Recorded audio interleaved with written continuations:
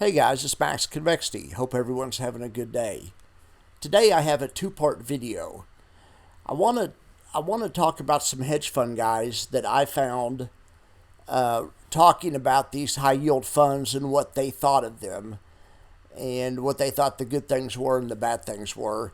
Then I also wanted to quickly talk about all the new funds that have come out and compare and contrast them.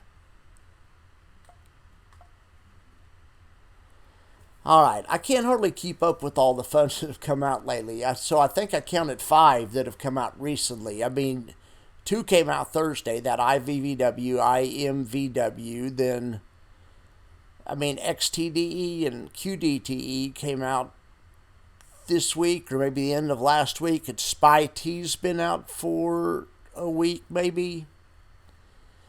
And then ULTY hasn't been out too long. But anyway, I didn't even include that one on there. I just want to look at the few that have come out this week. The Roundhill funds, the Defiance Target Income Fund, and the iShares funds. It's just getting crazy how fast these things are coming out. We may be in a bubble for covered call funds for sure. We may be in a stock market bubble too. We'll talk more about that in a little bit. Let's listen to these hedge fund bros talk about these covered call funds, and let's see what they say about it, and then we'll be back and talk about some of this other stuff later. Then after these guys get through, I'm going to talk about these new funds. All these kinds of things. A lot of people talk about these not just call overriding ETFs, but we're seeing an increase in, there's 0DTE ETFs now. Most of the call ETFs, overriding ETFs, are where the attention's going, these structured products. And, there's many out there who feel like this is Which one is that? Jeppy, what does that do? This is Jeppy. So if you look at these charts and you see, hey, the AUM in these products is, $80 billion. Like Jeppy is most of that. As you can see here, it's down to $32 billion. And I think QYLD is the NASDAQ version of that. I could be off on that, which is another. So it's like 1 or 2 of these. And generally what these are doing is, they're just systematically selling calls against a basket of stocks that they own. From a total return perspective, there's tons of research out there that say that this is just not a great idea. Doesn't stop people from investing.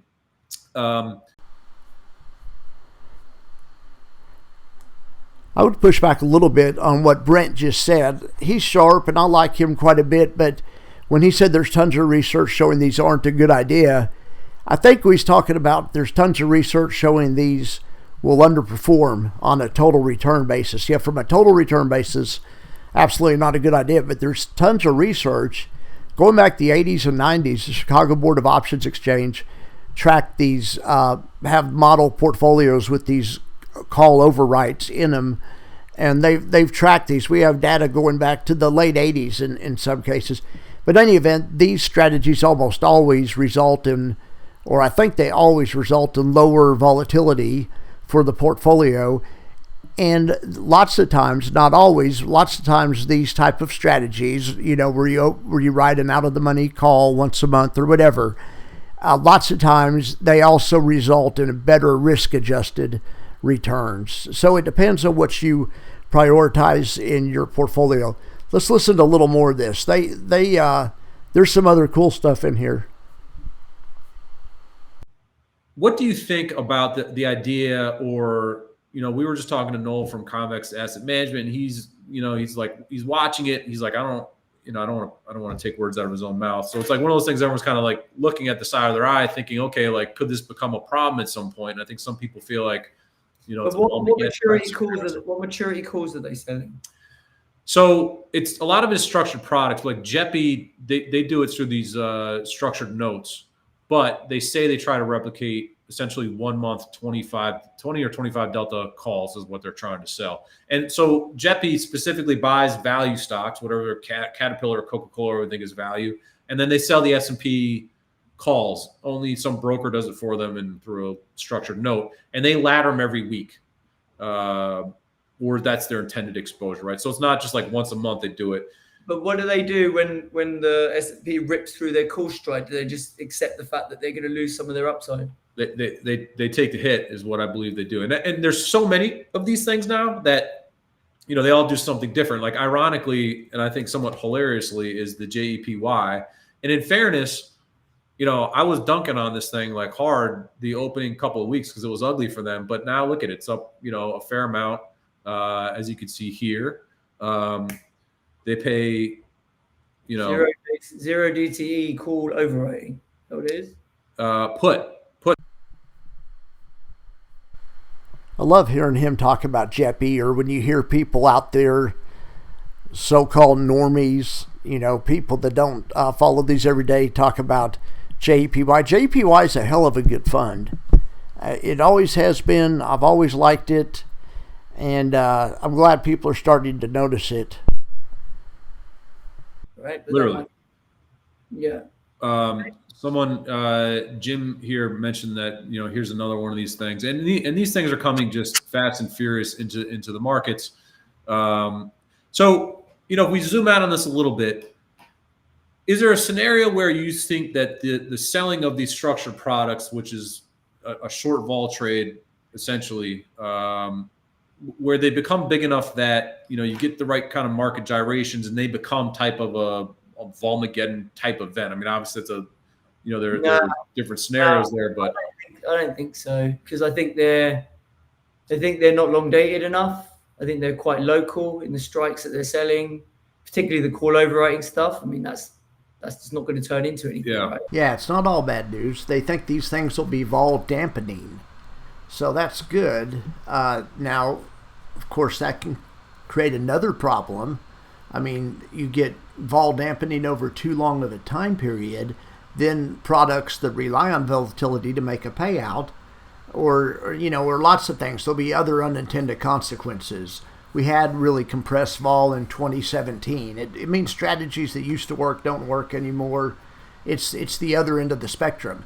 And I've always said that's the biggest risk, or maybe not the biggest, but maybe the second biggest risk with these covered call funds, is that if the market goes up into a multi-year bull market, these the funds, because the volatility will come down, so will the dividends. You know, that's the hidden danger that people don't see in these funds. All right, let's listen to these guys some more. Now the put selling can take damage, but it's just the ETF will get wiped out. But it's not going to be a persistent problem, because the expiry, it won't be like this lump of Vega that is then going to need to be bought back and like take vol to the moon kind of thing. Yeah. It's going to turn into realized P&L very, very fast. And that's just going to mean a liquidation event that is however many billion that needs to be sold of stock, and that's it. But the vol will be cleansed, right? That's the thing about everyone going on about how dangerous zero DTE is. It's not really. It can create some quick moves on any given day if the zero DTE flows pick up and they flip people's books around quickly, and there's quite a lot of gamma that needs to be hedged in a short space of time. Yes, it can kind of create air pockets in the market, but once you get away from those strikes, because they're so short dated, they're gone, and the books are cleansed the next day or the next week, right? So I don't think it becomes this really persistent problem. Yeah, I generally feel the same way that you do. I think that you can always sit down and draw out like what is the worst case scenario, kind of like zero DT. Like, okay, everybody in the world buys a zero DT put right here, right now, and then the market just tanks. And I was like, okay, great, but what causes that scenario? I do think though that there can be some volatility suppression because of these things in the index side. So is that part of the reason that correlation maybe starts to change with the market? Because if you have this constant supply of calls overhead, because you can't forget, the other interesting thing about JEPI is that it's the same portfolio manager, and the gentleman's name is escaping my mind at the moment, who is responsible for the JP Morgan collar trade, right? Which everybody knows about as well. So that one individual manages, I mean, that's many $1 billion worth of essentially, you know, call overriding exposure in the market. And so, like, you know, does that get to be some size at some point where it does stifle, you know, some of the market movement, you know, maybe as a result? I mean, I think that would be one of the first effects, I think, because again, most of the assets seem to be accrued in the upside. So yeah, good news. looks like it's going to be vol dampening. It doesn't look like this should cause a systematic type meltdown like you had with Volmageddon in 2018. That was a whole different deal. All right, but then the next guy that talks, he actually, I think, gets it, and he's kind of more along the lines with Jay. He's thinking of how to hedge this. You know, I think he sees the high percentage as an opportunity. I think that's what Jay sees it as also.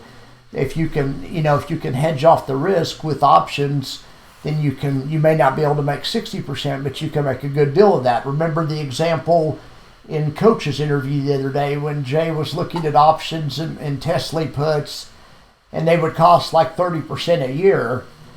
And, but of course Tesla's paying, double or more than that. So you could still end up making some money even if you bought the put to hedge off some of the downside exposure. I don't believe Jay was saying that everyone should do that. Coach asked him if you can do that, if a person could do that. And he's saying, yes, a person can do that. All right, let's check out the rest of this. Environment for them. More power to them if people want to put money in. I don't think this has. Yeah, I mean, I think it's one of those things, right? If you bought this trade, you could have it as part of a portfolio where you have some protection on elsewhere. Like, this thing's going to take a shoeing if the S&P's down 2, 3, 5%. So you just work out what your damage is going to be if that was to happen, and then figure out if there's any other hedges you can have on, for that scenario. Maybe, I don't know. This might be something worth having in the book as a portfolio, not any. I thought it was interesting to hear what these guys thought about the new high yield fund. These guys are. I followed Brent for years, and I respect his opinion. And it's good to listen to dissenting opinions, people that don't agree with you, and try to use their criticisms to inform your opinion or to make your argument stronger. If they're wrong, then it might help me work on a workshop an argument. All right, let's look at all these new funds that have been coming out. I'm going to look at IVV in depth, but I want to kind of take a quick look at the 4 or 5 of them that have come out lately.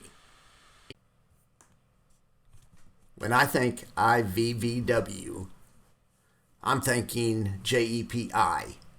And I'm sure these managers are too. JEPI has been successful. It has like $35 billion under management.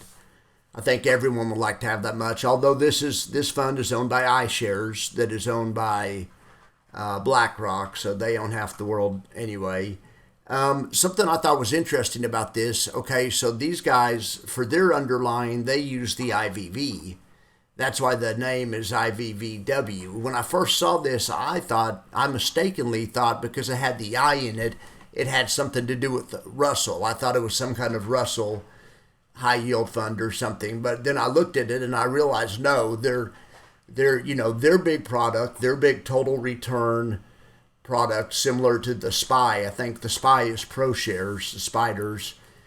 But iShares is IVV, so that's their underlying. They own IVV, which is I think pretty the same thing as the SPY. It's just a different version. It's just their version of the S&P 500.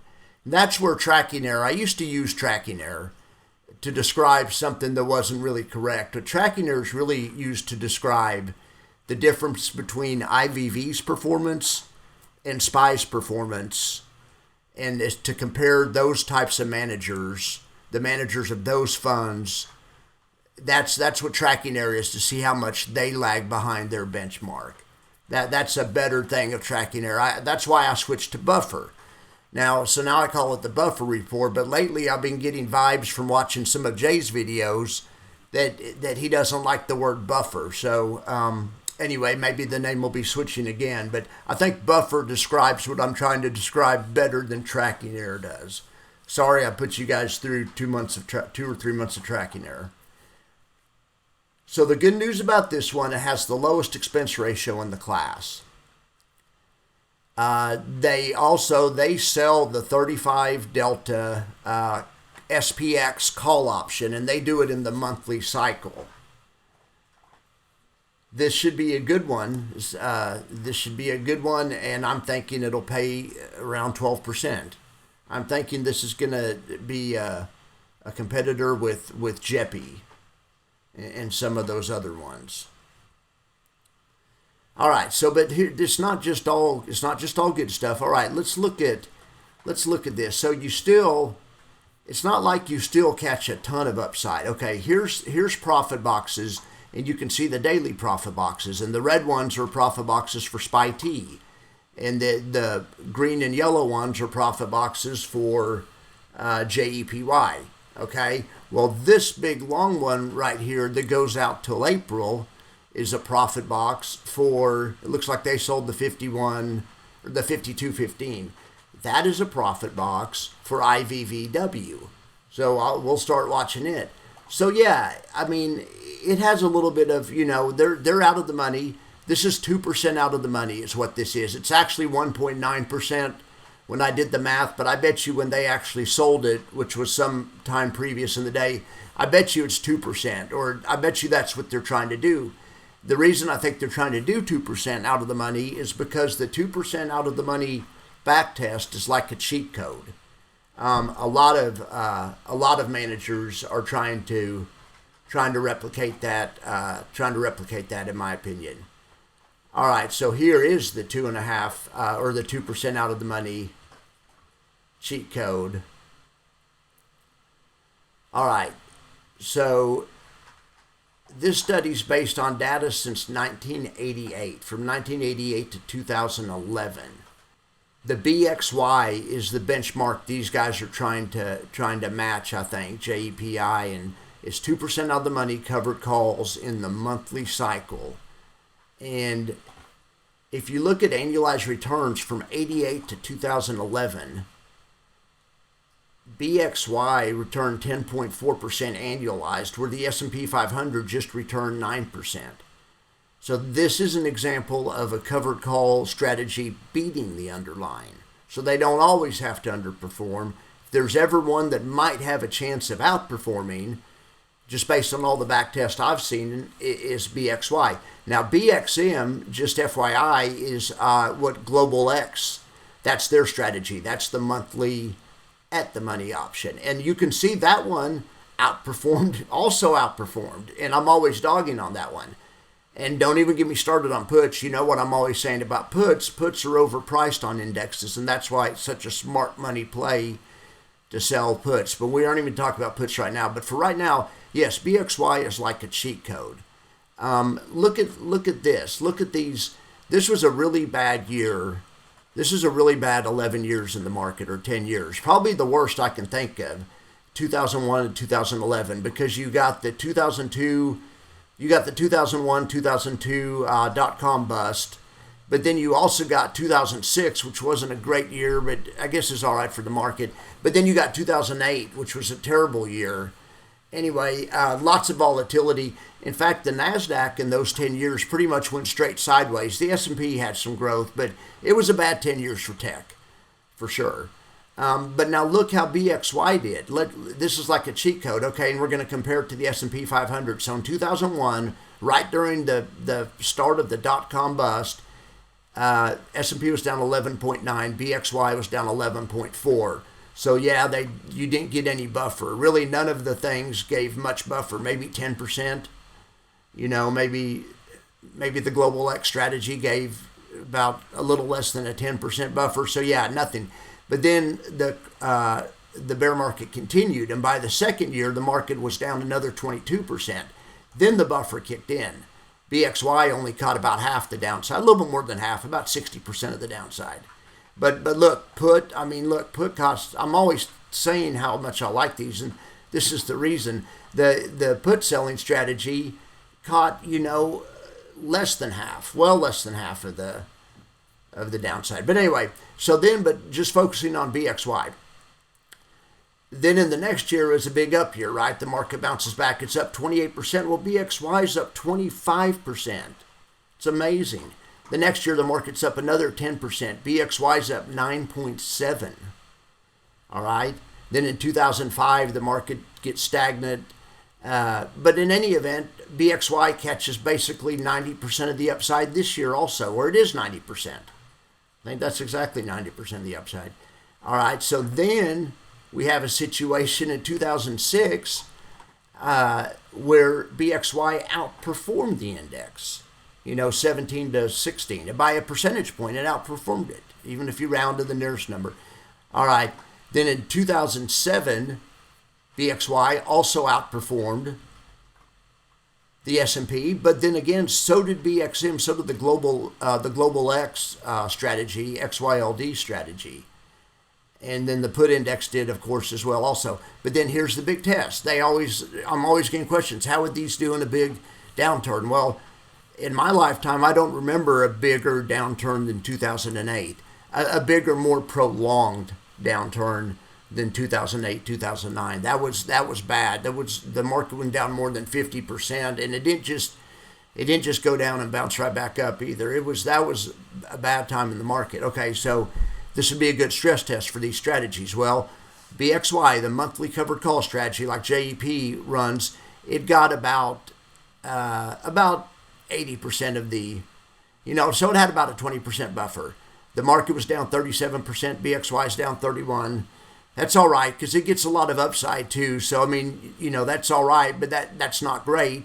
You see how the put one offered more buffer, of course. And also the Global X one offered more buffer. But of course, the Global X strategy comes with less upside. So everything's a trade-off. I'm not saying one of these is better than the other. They're just different.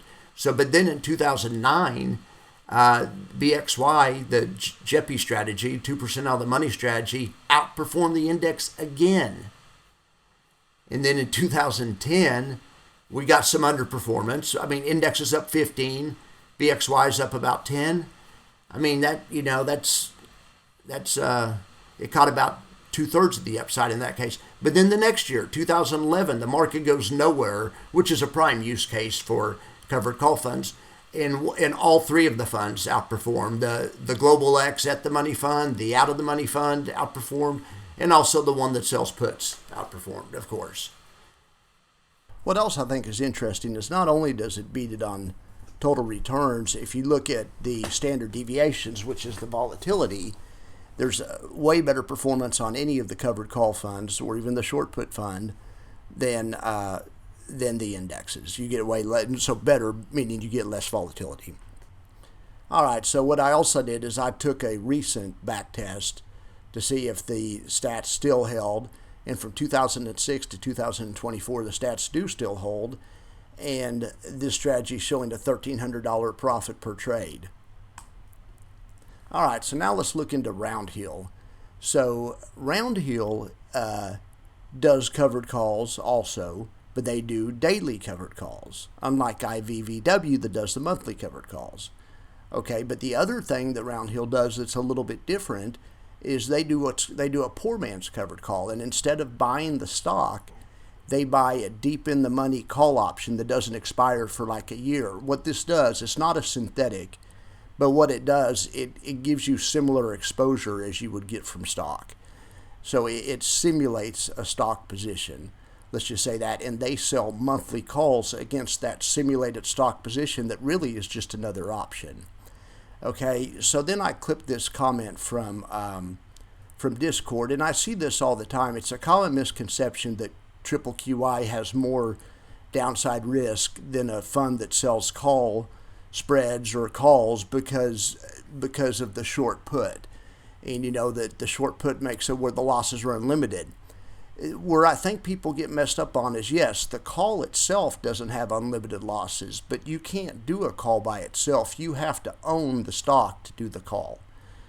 So when you factor that in, if the market's down 5%, the stock will be down 5%. The poor man's covered call, the option will probably be down 4.5%. But there's no way to get away from the bulk of that risk. That's the trade-off you get for selling a call. So Jay made that point the other day when Coach was talking about that some funds had more protected downside. Jay just corrected and said, no, they don't have protected downside. They didn't buy a put. where you would have protected downside, they just pay less of a dividend, but that doesn't mean the downside's more protected. The downside risk is actually the same.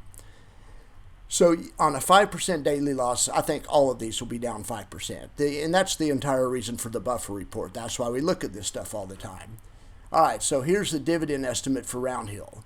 And this came from Reaching Riches, who's a friend of mine in Discord, or someone I just met. He does a really nice job with this spreadsheet. I really liked it. I asked for his permission to use it, but he's following these Roundhill funds, kind of like I follow the Defiance funds. And he's doing a really nice job. Here's the spreadsheet. He's tracking every day the wins and losses. They had 4 wins, no losses. He's projecting a dividend. I think he's using the profit to project a dividend. I took his spreadsheet and I projected my own dividend, and I just took it based on the premium collection. Just based on Jay's interview and just based on the more time goes by and the more experience I have with these, I've realized that it's not about the profit they make or lose. Some months they make profit, some months they lose profit. They're just paying out the extrinsic premium they're able to capture. So if Roundhill does the same thing, and this is the Roundhill NASDAQ version. I didn't project the S&P version, but the Roundhill NASDAQ version, if you took the premiums they earned this week and then multiply that over 52 weeks, and projected it, which is dangerous, but it just gives us an idea. These guys would be in the 27% range. So I thought that was good. That's impressive for these guys. But thanks to Reaching Riches, I've told him he should get his own YouTube channel, and he said he's thinking about it. And I also told him if he makes a YouTube channel, I'll give him a shout out and we'll all go watch his videos. Okay, so the next one we need to talk about is SPYT. So SPYT is the new Defiance fund. It's also a single day or a 0 DTE fund, just like Roundhill. And just like Roundhill, it also sells calls. But unlike Roundhill, more like IVVW, it actually owns the underlying. So SPYT just owns shares of the SPY itself. I've been telling everybody I love it, but of course I love all of these funds, so I'm not sometimes I'm not a good thing. I just like the whole idea of selling premium. These funds all do it in a little different manner, so depending on your needs, I think that, one or more of these can meet a lot of people's needs. I know they meet mine. But this one, the big upside to this one is it's going to do way better in a bull market. Because what they do, instead of just selling an outright option or a naked option, they actually have an offset. And what they do is they sell one call and they buy another call higher up. Well, what that does is it does 2 things. It makes it where they collect less premium because they're now paying for a call also. So they're now paying extrinsic. But anyway, they collect less premium, but they uncap their upside. Well, uncapping the upside is huge. That's the whole deal. Because the uncapped upside will give these guys the ability to appreciate in a bull market. The other side of this, though, if people think that triple QY's losses are bad, when the market's down 2%, this is going to be just as bad or even worse. And the only reason it's going to be worse is because it collects less premium. The premium is the buffer. I like this fund, but and I like the Roundhill fund, but they're all exposed to this approximately the same downside. I will say this: the Roundhill, because of the poor man's covered call aspect of it, the poor man's aspect of it may make them, exposed to a little bit less, but not a whole lot. I'd say they're still exposed to 90% of anything any of these other funds are exposed to. We'll keep an eye on that. Like I say, that's the reason for my buffer report. All right, so all these funds, you have IVV, you have SPYT, you have QQQY, all these funds we're talking about today with all these back tests, no one's reinvented the wheel. All these people are doing is shuffling around where the risk is. With options, you can take the risk in one part of the curve and you can sell it, and then you can put the risk in a different part of the equation. You can just rearrange it. You can't get rid of it. It'd be great if we could just get rid of the risk altogether, wouldn't it? But then it would break all the laws of the universe. The main law being there's no such thing as free money. So I projected IVV's dividend also, kind of like I projected Roundhill's, and it looks, and this is very rough, just like Roundhill's was. I took IVVW strategy, and I took what they did this week, or I took what they did, and I projected it over the course of a year to try to figure out, what they might make, and it's looking like 12. So I'm thinking they're going to be a solid competitor with Bally, with JEPI, and all those funds. And I think they all are trying to mimic that BXY back test. That's just a gigantic back test. All right, so the 35 Delta monthly, what they sell, is 2% out of the money. Now, I don't know if they're trying to sell the 35 Delta or if they're trying to sell 2% out of the money. In any event, in a low volatility environment, the 35 Delta is 2% out of the money, but that can change. I'm going to keep an eye on that, and we'll follow it every day and how it tracks with its underlying, of course, in the buffer report. All right, IVVW, that was the one with the monster back test. The monthly calls 2% out of the money, or 35 Delta, whichever way they're doing it, might be the sweet spot. SPYT, but the trade-off with those guys is, but the dividends will be on the lower side, compared to some of these other funds. But it should have great total return. SPYT is going to be great for upside capital appreciation. If we're in a bull market, SPYT should do the best out of the covered call funds because of the uncapped upside. However, in a down market, SPYT is going to be one of the worst performers. Now, Roundhill is going to pay a nice, there's a typo there, ignore that. Roundhill is going to pay a nice dividend, but they're still exposed to the downside. But they have a nice idea too, and we're going to keep an eye on them, of course, in the buffer report and see how much different, if at all, the poor man's aspect of the covered call strategy. How much difference it makes, like I say, if at all. All right, so here's my conclusion. It's a cult, y'all. People either love or hate these. These remind me of Cornerstone. Okay, so with Cornerstone funds, they have something called a rights offering. And there's people that know about Cornerstone, and if you know how to take advantage of the rights offering, it's like an extra kicker, and it's, and it has a lot of fans, and people just absolutely love it. The people that love it, I think, are the ones that understand it, that know how to take advantage of it. These option trading funds, a lot of these people that like these funds are option traders, like me, or just other people that like math. That it gives you a lot of, the math in the options gives you a huge advantage on your side. And I think people that realize that, and lovers of income, like that. But I think these funds are like Cornerstone insofar as there's a certain group of people that love them, and they just love them, and they understand options and know ways to take advantage of them. Just like the Cornerstone folks know all about the rights offering and the way they know the ins and outs of the way Cornerstone works. But both, and I'll say this comparison: if you looked at a Cornerstone chart, you would think, my goodness. But same thing, if you look at a chart of triple QY, you would think, my goodness, if you just look at the chart and you don't factor in that it doesn't include dividends. So, but Cornerstone has great overall return. I believe QQQY has good overall return and will continue to. So, I'm comparing it in that aspect, but it is a little bit like a cult. And I mean that in a nice way. Or another more positive way to look at this whole thing is this is the next stage in the democratization of finance. People can take care of their money nowadays in a way that only millionaires used to be able to. You can plan for your portfolio, and you can do strategies that just 20 years ago were only available to you if you were worked for a Fortune 500 company and had a bunch of stock options, and you had an account with Bear Stearns or whatever, and they do a covered call portfolio for you. But you had to be a heavy hitter. In the early 2000s, when Thinkorswim came along, that was the first step in the democratization of finance. You still had to have pretty good money to do a covered call portfolio, but at least you had access to the same data. You had the same charts, you could see the theta, You could see the, the decay, you could see the delta, all the Greeks.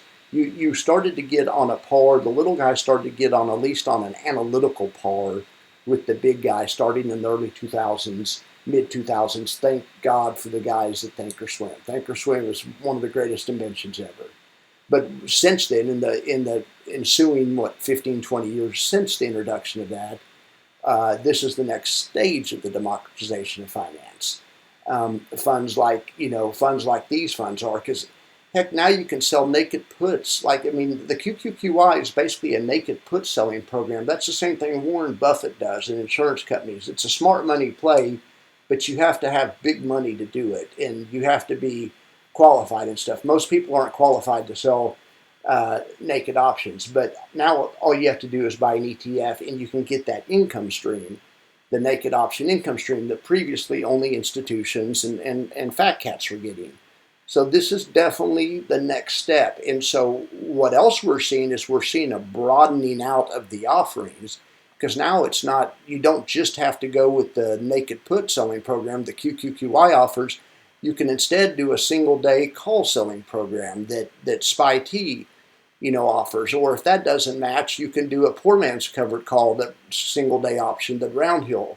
And all of these have different good parts and different bad parts, because they rearrange the laws of supply and demand and risk and reward in their own individual ways. So you can use these to build your portfolio where it matches your risk management.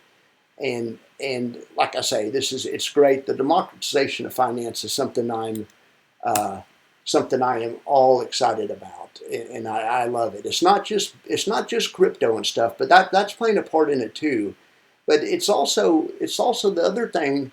The biggest thing about the democratization of finance is the fees.